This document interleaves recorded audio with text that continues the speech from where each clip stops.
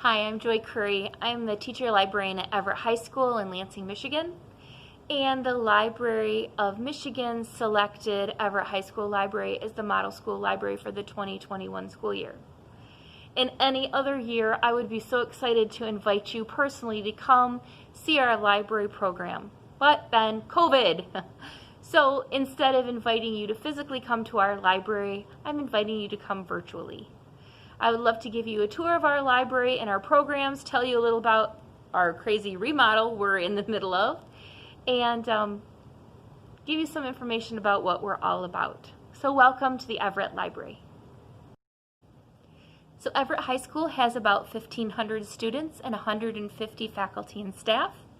That's a lot of ground to cover for one teacher librarian, so I'm a little light on the ground some days and I have to hustle, but I absolutely love working here at Everett. A large part of our population is English language learners. Lansing is a big draw for many of our immigrant families, and so the students attend here. We also have a large population of students who are reading below grade level. So that makes it a very challenging school to work in when a large part of our population is intimidated by a room full of books. We've come up with some solutions. Now let me show you around to show you what we have done. So you can already probably guess one of the things we've done by looking at the signs behind me. We have genreified our library. That took place about 5 years ago, and it was a lot of work. If you have not genreified your library yet, and you are thinking about it, I would love to talk with you. Email me or message me. We could set up a time for some video conferencing. I think this is one of the best things we have done. Our circulation rate went through the roof. Another thing that we have done is developed a multilingual library. So many of our students speak more than one language, and a lot of them don't speak English well enough to really read right now. And so we have developed this. It's a very small collection. I wish it were larger. It's not easy to find books in some languages, but we have books in Arabic, we have books in Spanish, we have books in Persian, we have books in French and Swahili. We have a few, but we're still looking. But it has made a big difference in the lives of some of our ELL students. Another thing we have done to improve our collection and draw readers in is make a big change in our nonfiction section. With the remodel, we've actually lost a lot of shelf, and that ended up being a really good thing. Our collection, our nonfiction collection, was so outdated and just plain ugly that students didn't want to read the nonfiction. And some of our students enjoy nonfiction if they can find a good book. And so with the loss of shelves, it gave me the opportunity to do a huge weeding project. Since September, we have weeded close to 50% of our nonfiction section. That may sound shocking to some of you who are not weeders, but I love to weed. I had been wanting to do this for so long, but with so many shelves and not enough budget to go around, I kind of was hesitant. And now this gave me the push to go ahead and do it. And our collection looks so much better. There's still things that probably are outdated, of course, but now this gives me a chance to really start turning over that nonfiction section and updating it. Another exciting thing that the remodel has done is give us a built-in cafe. We have had a cafe for several years. It was kind of makeshift on an AV cart. And with the remodel, we now are going to have a built-in cafe. And then in our cafe seating area, we have floor-to-ceiling windows now. We did not have that before, and we can look out onto the beautiful garden courtyard. So it makes a very warm and inviting place for students to come before school or at lunch or after school to study with friends and grab a coffee and just kind of hang out and just be at home in the library. One of the ways that we draw in students, staff, and community members to our library is through our clubs that we sponsor. During face-to-face regular school years, we actually sponsor 5 clubs, one every day after school during the week. And even in our online format, we sponsor 4 clubs a week during the school year via Zoom. Our most popular club is our gaming club, and you can notice back here that in the remodel we've actually added a tabletop gaming area, and they're going to be building in storage actually for our tabletop games. And then we have 2 computer labs in the library in the very back that are being reconfigured to be collaborative spaces rather than computers in rows. This is going to be great for collaborative projects in the classroom, but it's also going to benefit our gamers who like to work in teams. We involve the community in our gaming club by calling local businesses, either comic book stores, game stores, or any kind of art stores, and they come in and they sponsor our students. We have had graphic novels donated because of this program. Tabletop games have been donated because of this program. And we've had business owners come in and teach tabletop games or arrange online tournaments for our students. And it brings the community in, and it gets our students involved with after-school programs. So I said we have 5 clubs every week. So gaming is on Friday, and then Monday we have knitting and crochet club. We have a lot of community involvement through donations with our knitting and crochet club. Every year I put out a call to people in the community on Facebook or through word of mouth. Anybody who has supplies or would like to donate supplies, please bring them to the library. And we always have a huge response.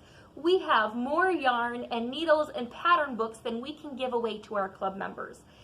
We've also received donations for the library to buy books specifically for knitters and crocheters. So we have a great collection of books for checkout as well. And then in turn, our knitting and crochet club donates to the community through lap blankets for nursing homes, blankets for the cages at the Humane Society, and hats and scarves and mittens for our elementary students who don't have warm winter clothing. On Tuesdays, we have a traditional book club, and that book club meets 7th through 12th graders all combined. And when the 7th grader comes in, more than likely they are going to stay in book club for their entire junior high school career. And then they graduate out. So that becomes a very close-knit group. On Wednesdays, we have National Honor Society. That's my easy day because they run it themselves. Our scholars are kind of self-driven, and I'm just there to referee when needed. And then on Thursday, we offer Adulting 101. That's really the club that got us selected as the model school library for this year. So I want to take some time to tell you about our Adulting 101 club, how we run it, and why it has become so successful. So about 5 years ago, I was having a conversation with one of our 9th grade teachers, and we were lamenting the fact that our graduation and retention rates were going down, and we really didn't know how to support our 11th and 12th graders to transition them into successful adults. And that's when the idea of Adulting 101 was born. But we didn't really know exactly how we wanted to execute the whole idea, and it kind of got pushed to the back burner. And then 3 years ago, my principal volunteered me for a committee on graduation and retention rates. And in that committee meeting, that very first meeting, were administrators, the counseling department, 11th and 12th grade teachers, me, and our community liaison, Miss Tia Bell. And that's when Adulting 101 really came to be. And so the way that we started out was surveying our 11th and 12th grader to see if they would be interested in Adulting 101 Club and what topics they would find useful. We were absolutely overwhelmed with the response. We had about 75% of our 11th and 12th graders respond positively to that survey. And so the way we decided to set up the Thursday meetings was that 2 Thursdays a month we would have what is called senior drop-in, although juniors are welcome. And the counseling department actually sets up shop here in my library. They take over the computer labs and the seating area. And they help anyone who comes without an appointment to fill out FAFSA forms, to fill out college applications, to get signed up for credit recovery, all of those things that students need to talk to their counselors about regarding graduation, but now they don't need an appointment and they don't need to be pulled out of class missing valuable information in their classes. And that has been very well attended. The opposite Thursdays, twice a month, we have an expert from the community come in and talk to our students face to face about some skill that they need. And we break it down into small segments. It's only about a half hour to 45 minutes on a Thursday. And now that we are actually screen to screen, we're doing all of this via Zoom, and students are attending. Some of the topics we have covered are successful dorm living, shopping on a budget, eating healthy, how to cook in a microwave was one of our most popular, how to plunge a toilet, what do you need in a home toolbox, how to buy car insurance, what happens if you need to rent an apartment, what else have we covered? Oh my goodness, how to sew on a button. Very simple things. We have some others planned for this year, but students then come to the topics that they feel they need. Some students come every time, some students come once or twice, whenever. Some of the ways we get them to come, because they need these topics even if they don't need it. To the counseling drop-in sessions, the counselors buy pizza. That is a huge draw. And then they can talk to the students and get them on their way to getting their credits for graduation.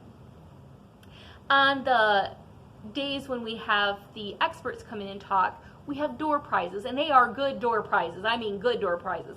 Miss Tia Bell, who is the outreach coordinator for the building, she actually is a graduate from Everett High School, and I think she knows every single person in the entire city of Lansing. And she has a way with her. She can get stuff out of people you would not believe. So she has amassed a huge amount of door prizes for our students for Adulting 101.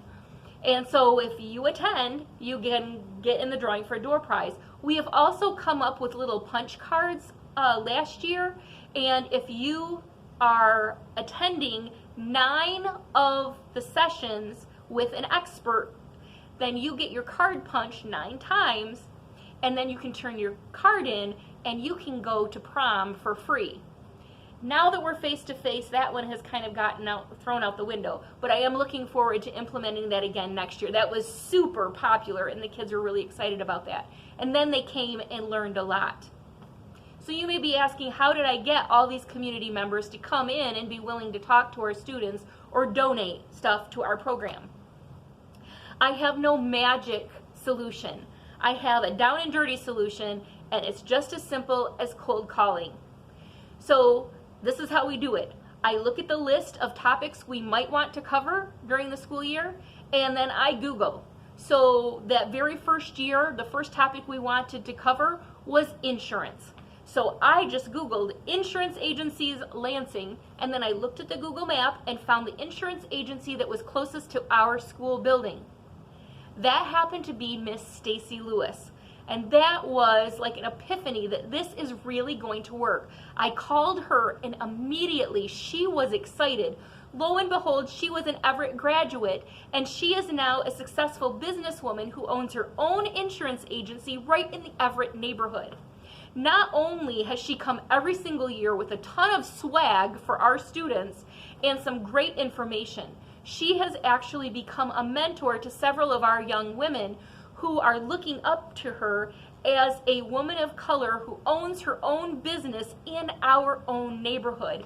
And those girls are so excited at the possibility for them seeing what Miss Lewis has done.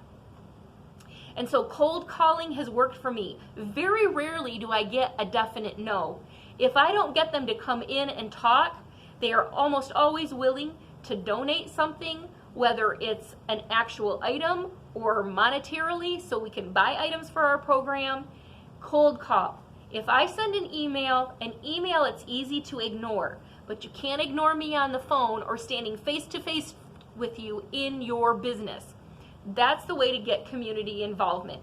Have a good plan though. Go in with some ideas that you would like for that person to help with. Don't expect them to come up with the ideas and say, hey, can you help our program? You need to have definite requests, and you need to go face to face or voice to voice on that phone. No emails and no half-hearted. Go all in. And when you have enthusiasm, those people pick up on it and they're willing to help. We have had so many community members come in and get involved in our program or one way or another. The other great resource I had was Miss Tia Bell, because like I said, she knows everybody in the city of Lansing, and she has put the word out. I have put the word out through robocalls at the school, through emails to our parents, to Facebook posts just to my friends and acquaintances, and people have come out of the woodwork so excited because people know this is something our students need. They need to know how to plunge a toilet. They need to know how to run a washing machine and make their clothes last longer. We have had grocery stores welcome us to come in with our big troop of students and grocery baskets and actually practice shopping. It's been such an exciting thing to see our students learn valuable skills and to see our community members get behind our students and support them in any way they can. So if you have any questions about our Adulting 101 program, any of our other programs, or how to get community involvement in your building, I would love to talk with you one-on-one. Just email me at joy.curry@lansingschools.net, or you can leave a message on my voicemail. Because of the remodel, believe it or not, I don't really have a phone right now that calls to me. So I get my voicemails and then I return your call, and my number is 517-755-4452. Leave a message and I'll get back to you very quickly.